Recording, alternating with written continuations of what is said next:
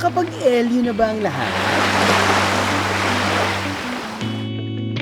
Kung hindi pa, ito na ang sign. Babalikan natin ang tinaguriang surfing capital of the Northern Philippines. Susubukan ng mga bagong nature spots. Titikman ang paboritong Pinoy dishes with a twist.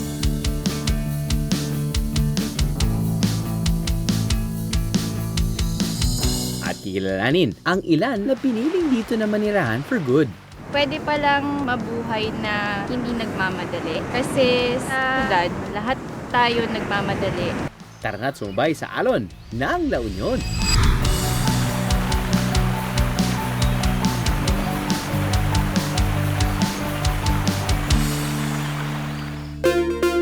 ...277 kilometers from Manila, mararating ang bayan ng San Juan sa La Union.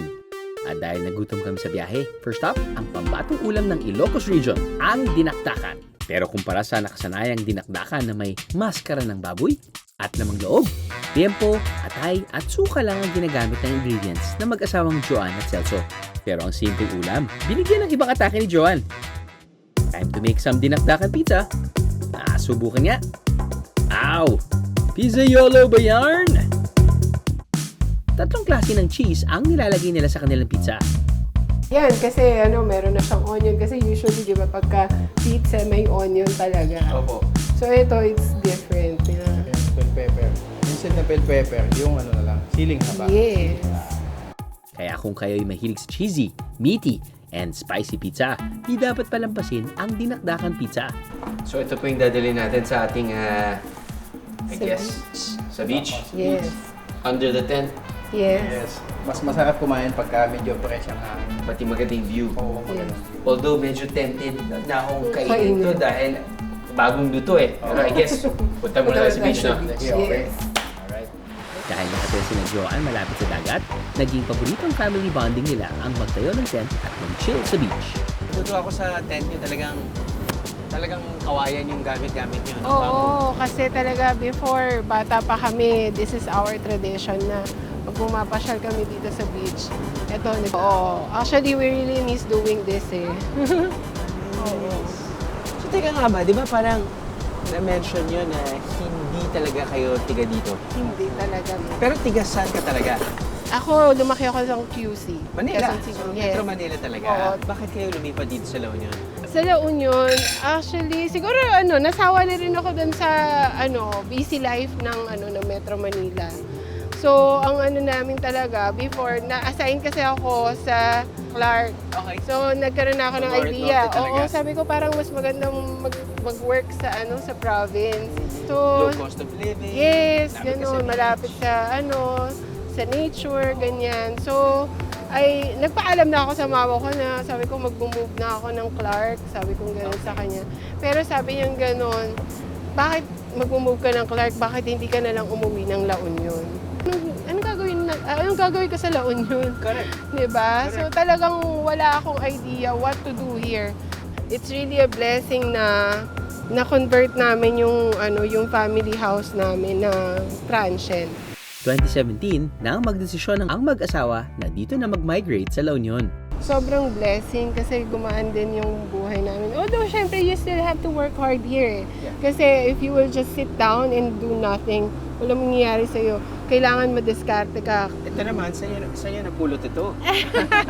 Oo, after 12 years. Another blessing. Another blessing. Wow. Yes, Wow. 12 years gap. 12-year age gap. Oo. Answered prayer yan kasi talaga siya, pinag-pray niya na magkaroon kami ng baby. Naging nahilig ka na ba sa beach? Or hindi ka pa nagsasawa sa beach? Surfing. Nag-ano na din siya, yung sa waterfalls. Ah, Grabe, hindi yan, hindi siya natatakot. Sila Ako, takot ako sa waterfalls siya. Hindi. Sila natatakot talaga. Ako, basta. Basta game, basta fight.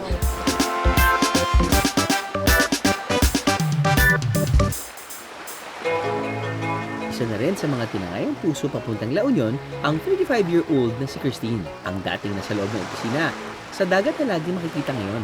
Before, yung La Union, place talaga siya for yung quick weekend getaway. Pero na mag-lockdown dahil sa pandemic, dito na niya sa LU piniling manirahan. Actually, yung una kong plan was parang magbakasyon lang, and then hindi na ako bumalik. Then now, I've been living here for more than 2 years. Mula noon, naging bahagi na ng buhay ni Christine ang surfing. Bandang 2015, sinubukan kong matuto mag-surf, and dito ako sa La Union na nagsimula mag-aral mag-surfing. Pero bukod sa surfing, may isa pang dahilan kung bakit napamahal kay Christine ang LU. It was a New Year party, and then dun ko siya nakilala nung hindi pa ako nakakahanap ng bahay. Dahil ang isa pang malapit sa puso niya, dito rin daw niya natagpuan. Handa na ba kayo ma-fall? Babalikin natin yan mamaya. Pagkatapos ng intense surfing, saan nga ba masarap pumunta ang mga biyero? Ang dating warehouse na ito, kinonvert para maging isang big house at coffee shop na naging go-to spot ng mga lokal at turista. So, syempre part of the LU vibe is besides surfing, you want to do post-surf activities. And apparently, some surfers would want to just like, chill. And they would order their post-surf coffee. Now, pagkain or pastries that actually go well with coffee. We have our signature cruffins. Okay. So, Cruffins, that's what you cruffins. call it. Yes, so it's a cross between a croissant and a muffin. Muffin. There you go. Okay. So right in front of you we have, this one is ruby chocolate Okay. with coconut cream.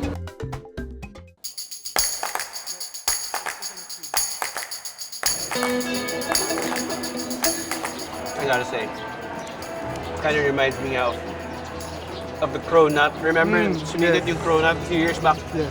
Pero hindi siya fried eh. The cronut kasi di ba you want the flakiness of the croissant, pero at the same time, you want the crunch. Yes. That's why kailangan nilang i-deep fry, right? But this one, at least hindi na deep fried, and it's still crunchy. Wait.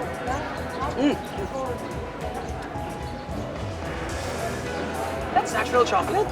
Yes, it is. Surprisingly. Kasi you think na parang, You think it's a Sabihin mix like you think it's like, white chocolate with right, something. and with coloring, yeah. but it's not. No, it's not. Ruby chocolate, noted. So this one is kind of new. We just released it early this year. Okay. We call it the Apple Tower. So it's kind of like an apple pie, but then the pie itself is a croissant base as well. Gotcha. So cinnamon apple inside, some walnuts, and then you can top it off with some ice cream. This one we have from a local producer. They make Coconut ice cream. plant-based Plant-based? ice cream. So Okay. this one is coconut vanilla. Okay. Of course, croissant came from France. And the Apple Tower also. Yeah. Apple pie. So it's like a apple pie la mode type, Yes. no? Coconut ice cream.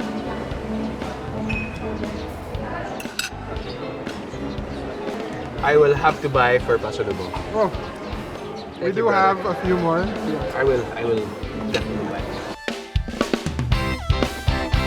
Meron din silang iba pang flavor ng kanilang cruffins na pwede niyong iuwi bilang pasalubong. O diba? Ang sweet nyo yan.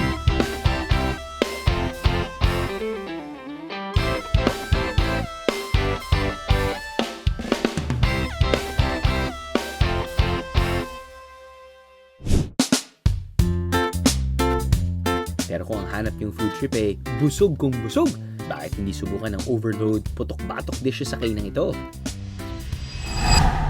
Casket? Flatline? May rest in Paris.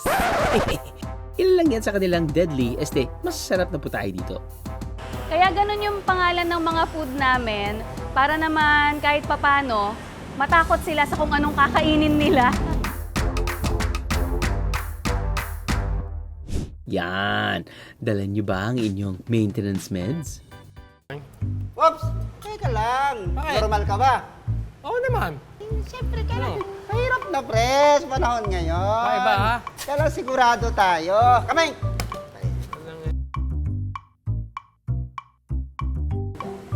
1:30:72. Pinagod niyo ako eh. Galing ako sa shoot eh. Oh my God. Teka muna. Eh, ako kinuhanan mo, ikaw di ka kukuhanan. Subukan natin. Normal ako, pre. Normal na ano? Normal! Na ano? Sayang. Hay nako, bago pa ako ma-high blood sa inyo, lantakan nyo na yan. Kung may pambara, syempre dapat may panulak. Kung ikaw naman ang klase ng biyahero na di mahilig sa surfing at gusto lang ng nature tripping, pwedeng pasyalan ang islang ito sa La Union.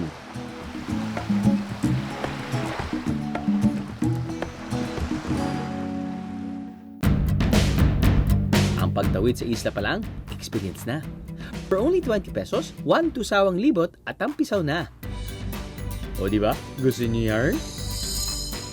Dahil sa paglago ng mga nakapalibot dito na bantigi plants, malaminis na rin ang papunta sa mga lagoon.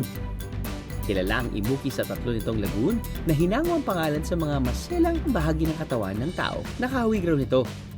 Nariyan ang bimuto na ari ng lalaki, imubit o puwet, at ang imuki na ari naman ng babae. Now, kung may banana boat dati sa Boracay, ang sumisikat ngayon, actually hindi lang sa Boracay, ay ang mga crystal kayaks. Mga kayaks made out of plastic kung saan hindi ka lang nagkakayak, na-enjoy mo yung scenery, na-enjoy mo rin yung nakikita mo underwater. Let's do it! Mas mabilis ang laban na labang bongga para sa laban na labang aura shots!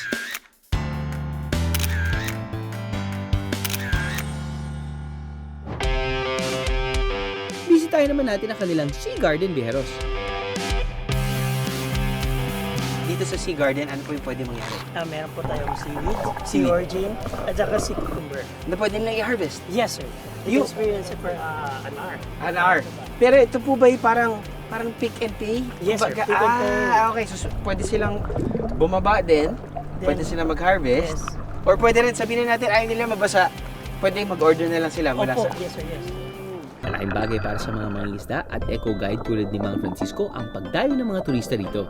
So, hindi na okay yung gumagamit ng gloves? Hindi na. Kasi ito hindi naman nakakatinik pagka hindi mo lang pinipisil. Oo. Pag pipisilin mo, Pagka pinipisilin mo, siyempre babaon yung tinik. pati pati nga ng Oo.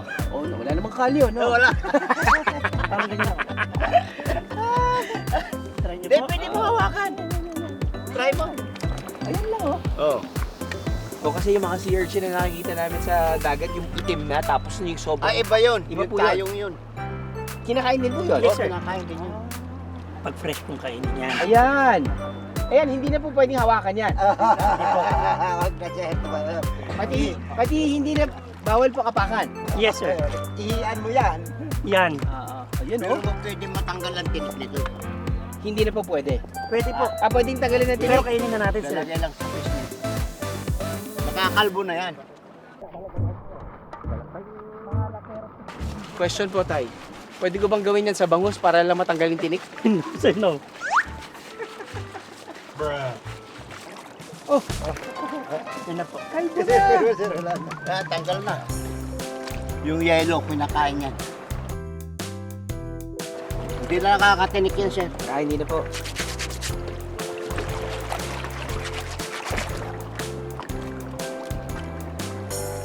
Maalat. Galing nga sa dagat.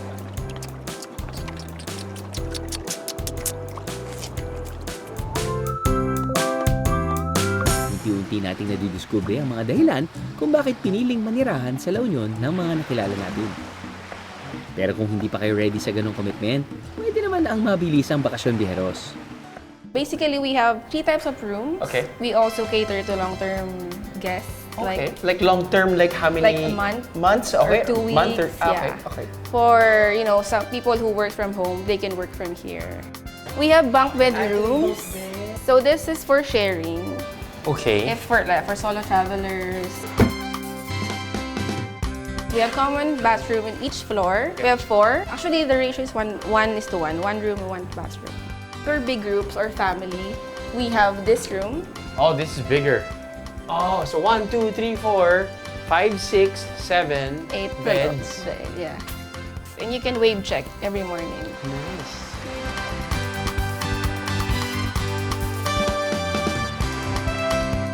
Meron ding common areas at kitchen na for sharing kada floor. Breathtaking din ang 360-degree view ng Urbistondo. Wow!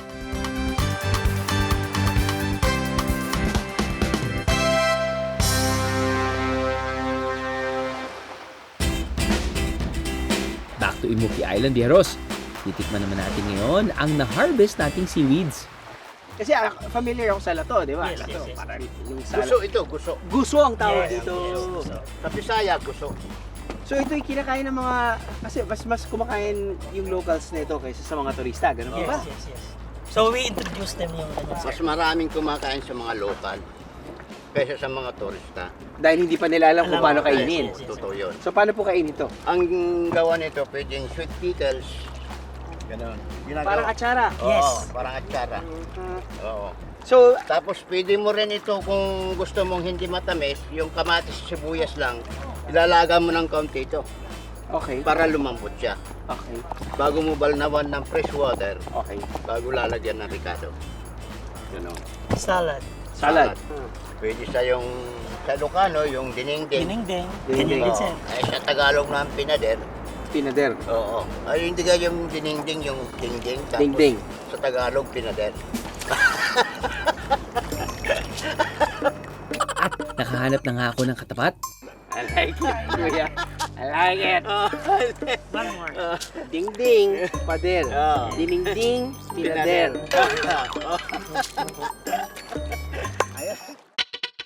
Pagdating sa must-try kainan dito sa LU, hindi dapat palampasin ang kilala ngayon bilang LU's favorite fried chicken.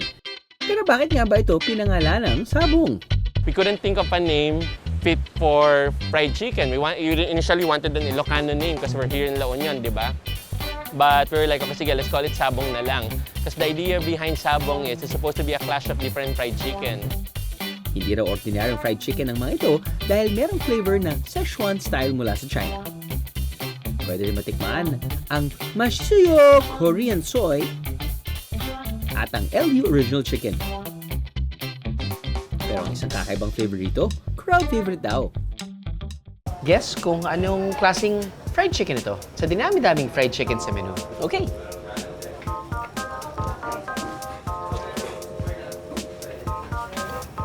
Lasang-lasa. Bagong.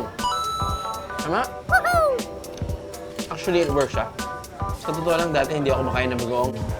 Pero parang nasasanay na ako. Sakto, kasama ng mangga. Bagay sa bagoong. Ang galing talaga ni ate. Presenting Honey Bagoong Chicken. Ito ang kanilang deconstructed kare-kare all in one dish.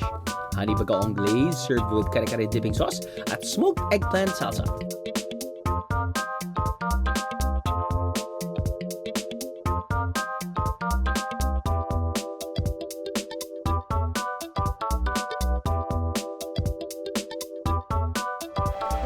Sa paninirahan sa La Union, marami raw napagtanto ang dating office worker sa Manila na si Christine.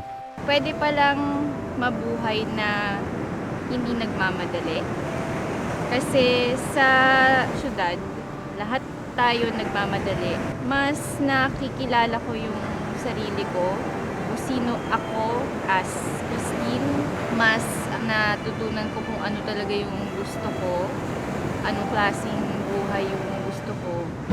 Pero bukod sa mga natutunan ni Christine sa kanyang sarili, may isa pang dahilan kung bakit napamahal sa kanya ang LU. Dahil dito rin niya nahanap ang kanyang the one.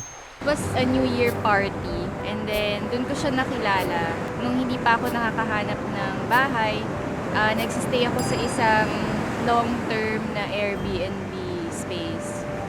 So yung mga housemates ko doon, kakilala siya.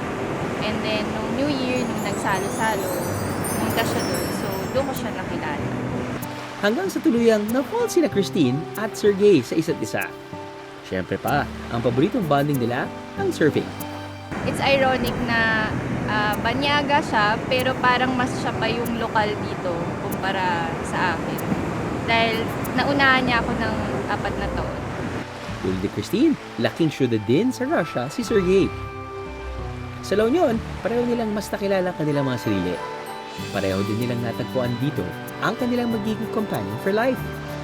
Hindi reason na lilipat ka ng La Union para maging masaya.